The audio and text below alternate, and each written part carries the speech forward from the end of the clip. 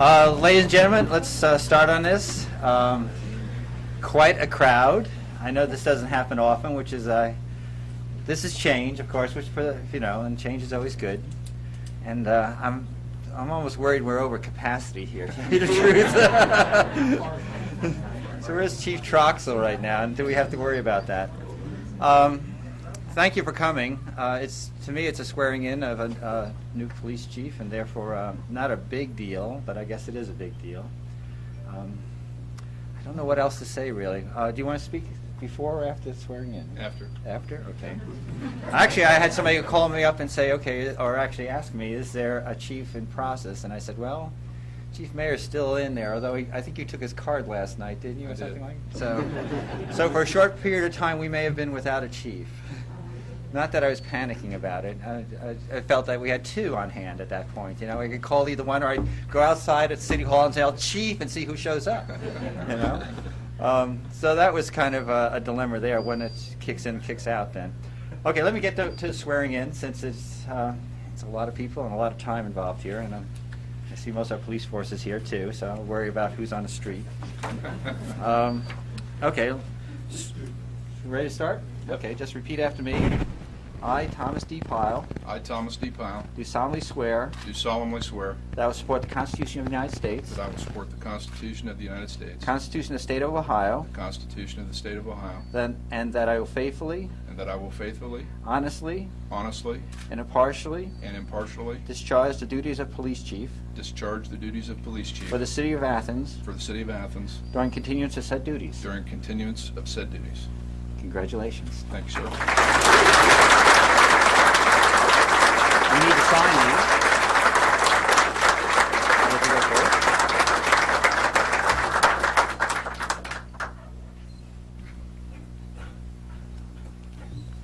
Okay.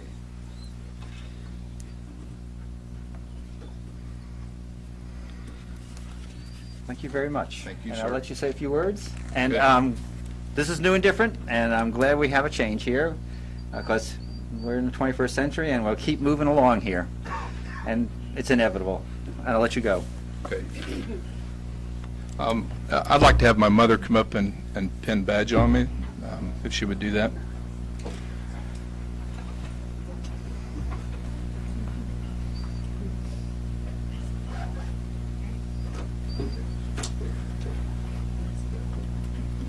Don't stick them now. That's what he said.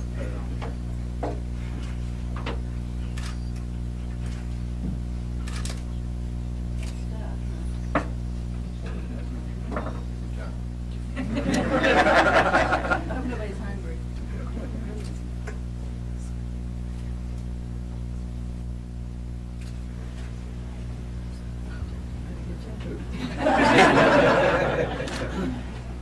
That's what they wear the bullet. I was scared. That's a heavy responsibility.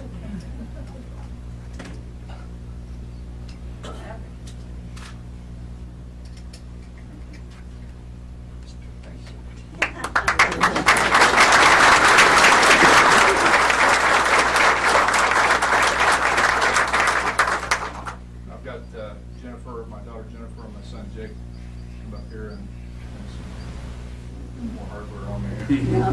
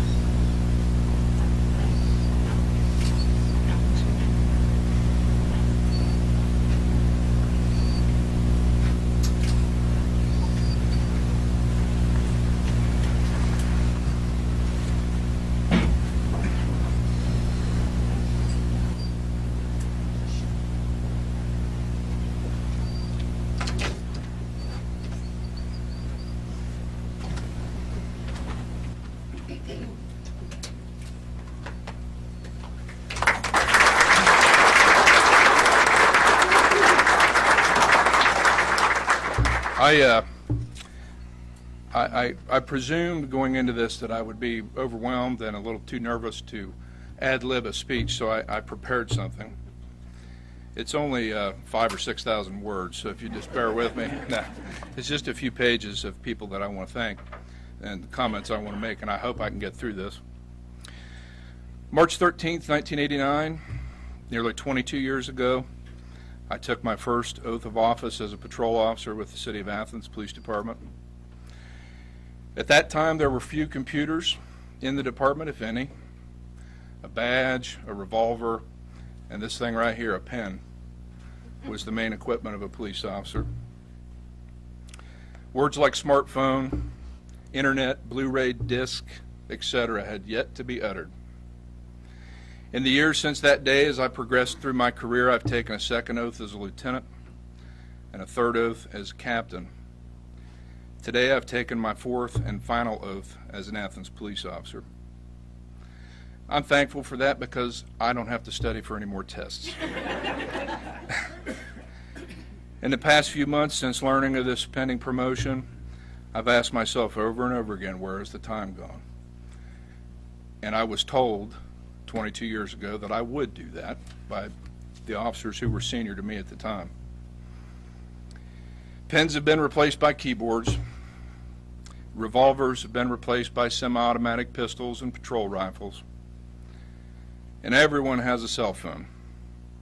In fact, you're considered old-fashioned, like me, if you still have a landline at your house. And you're considered over the hill if you know what rotary dial means. Even with all these changes and more, what I noticed the most in the time since 1989 to today is the faces that have changed, including mine when I look in the mirror. I read a quote not too long ago by Alfred Lord Tennyson that said, "I am a part of all that I have met." I liked it so much, and in keeping with the times, I posted it on my Facebook page. I believe it is true that I've taken something from every person that I've known during my lifetime, and I have several people to thank for where I'm standing today. So in no particular order, I want to pay tribute to those who have helped me along the way. Some of you may have noticed that today I'm wearing a revolver instead of a semi-automatic pistol. And you might think that this was the revolver that I wore when I was first sworn in 1989. But the truth of the matter is this is my father's service pistol. He wore this for 25 years as a sergeant at the Athens, or the Ohio University Police Department. So I wore it today to pay homage to him because yesterday marked the 11th anniversary of his death. As most would expect, my father was such an influence in my life that even today, one of the first questions I usually ask myself when I face a tough decision is, what would my dad think? When I first told him I wanted to get into law enforcement, he wasn't terribly happy. That's true. But after a while, he warmed up to the idea. And I can't help but think that today he'd be okay with this. When I told my mother I wanted to be a police officer, I recall she was more accepting of the idea. And she told me that I needed to do what made me happy. I'm sure that she had concern for me and the danger that I would face, but she never mentioned it. She could only support my decision, as she always had to that point, and as she still does today. She's been to every one of my swearing-in ceremonies to pin on my new badge, and she's here today with my stepfather, Tim. And I'm so happy that they're here today to share this with me.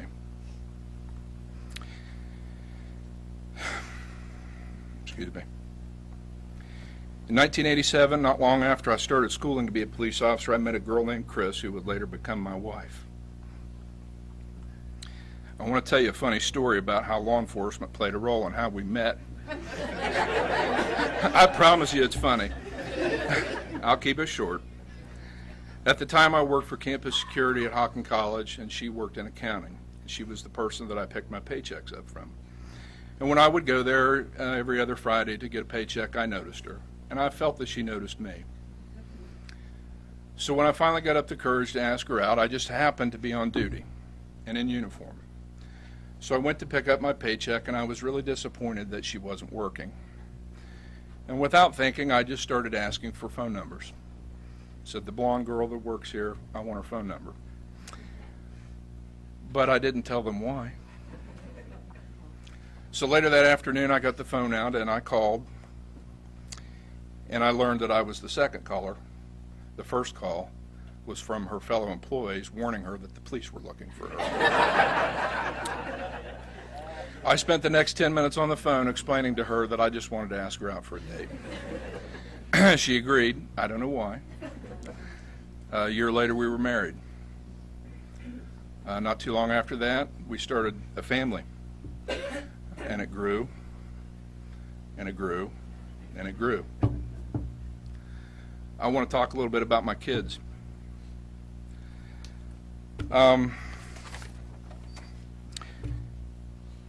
They've all had to endure a lifetime of missed birthdays, school functions, Christmases, Easters, and of course, Halloween.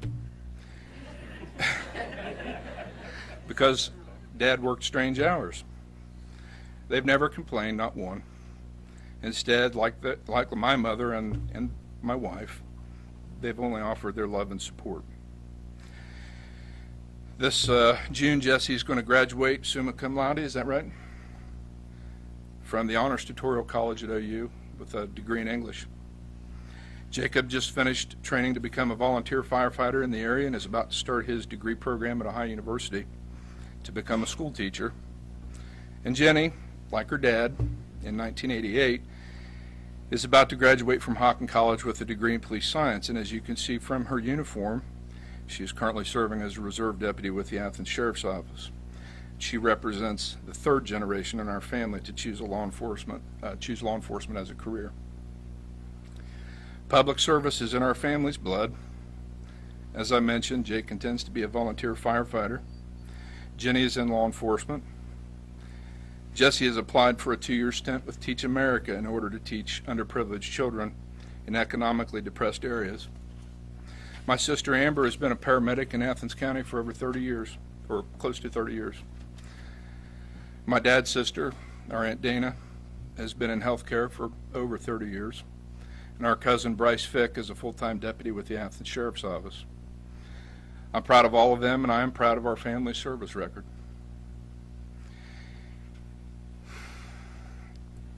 In regards to my law enforcement family,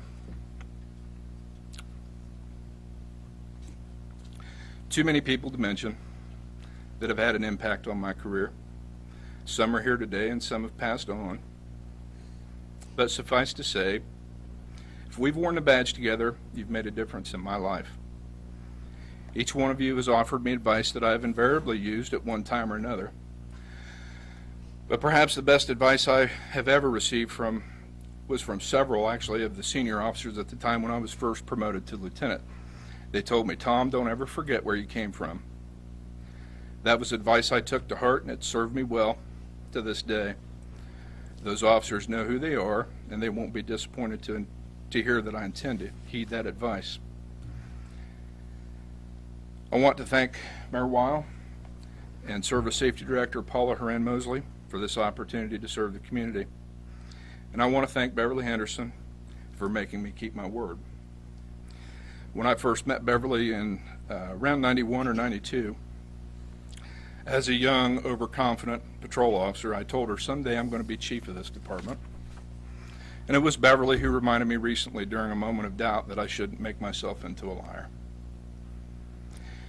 Today I can honestly say that I understand what my dad told me many years ago, that law enforcement was the most underappreciated field of endeavor I could ever attempt, but also the most rewarding. Today is certainly a rewarding day. Today I am so thankful to have the friends and family that I have in my life. I'm thankful for the choices that I've made, and I'm thankful to inherit from Chief Mayor a department with such outstanding professional employees. I want to thank each and every one of you for your guidance and support, and I want to say that I will do my best not to let you down.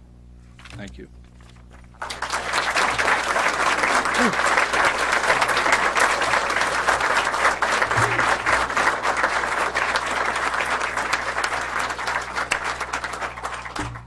Thank you for coming and witnessing this swearing of oath. And well-spoken words. There's some food, and I think I've covered everything. I want to thank the police force for showing up, and the sheriff's department, and the elected officials. Too numerous to count since they're scattered about. Thank you for coming. And Paula has some other words? No. Jesse, did you want to? Jesse. Don't put that. That's a hard act to follow. Someone told me in the elevator earlier today that my beard made me look like Abraham Lincoln. And I was like, okay, what's your point? And they said, hopefully your speech is good. Tell them who you are. Well, my name's Jesse. As he said earlier, I'm his son. I wanted to take the opportunity. Actually, that speech was so good that I don't think I'll read most of mine, but I will read to you an excerpt from a letter. And this is a letter that my grandfather, his father, wrote to his father, my great-grandfather, in 1988 when he was 45 years old. That was the first time that he'd ever met or tried to communicate with his father, whom he had not known up to that point. And he was the same age then that my father is now. And I'll only read to you an excerpt from this letter, one that I think sums up a great deal about my father's success professionally and personally up to this point. My grandfather said, "In retrospect, I guess I have accomplished a great many things in life. I've been blessed with a wonderful wife and 2 great children. Both are grown now and making their own way. And you could say that I grew with them, for by the time they came around, I was certainly not ready. And we have all come a very long way." Thank you.